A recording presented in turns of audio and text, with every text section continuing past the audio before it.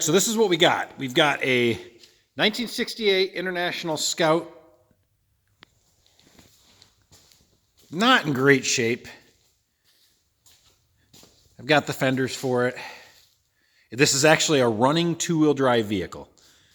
So I'm not going to retain a whole lot of what's left on this vehicle, but there'll be a little bit that we use. Do a quick once over on the body here. Zip on in here. Some parts kind of sitting in there. The floors are gone. This side of the vehicle is not anywhere near as good as the other side. It looks like it was in an accident at one point in time. It's got the 1970s 1-inch thick Bondo. Gotta love that. But the parts that need to be replaced are available.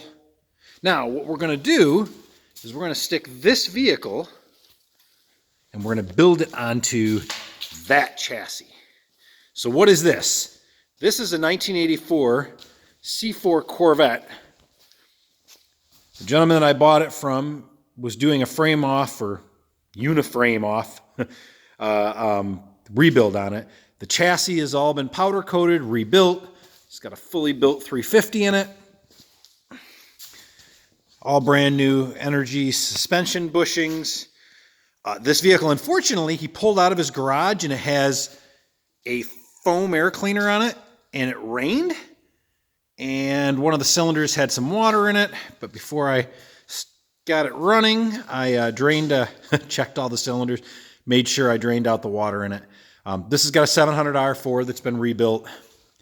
In typical fashion on most of my projects, I'm kind of going into it blind. Normally, I like to have a running, driving vehicle that I start with. The gentleman that I bought it from seemed to be pretty straightforward and honest about it. Spent a lot of money getting the engine done, doing everything he's already done on the vehicle. I've stripped all the fiberglass off of it. I do have the aluminum piece that runs across the dashboard removed right now that holds the steering column up. That's going to be put back in. That's this over here. Still got the wiring harness, although I don't think I'll retain any of it. This piece here is actually what holds the steering column in place.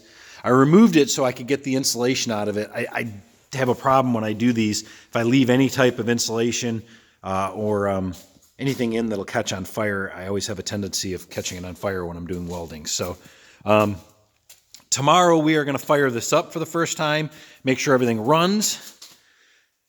I've got to load the brakes with brake pads, but it's all dirty, but everything's been painted or powder coated. And we'll get it fired up, make sure it works, and then we're going to have to figure out how to get that right there onto this vehicle. And a little bit of background on that, so I'll switch around here in just a second and we'll talk a little bit about what my plan is, what my plan of attack is.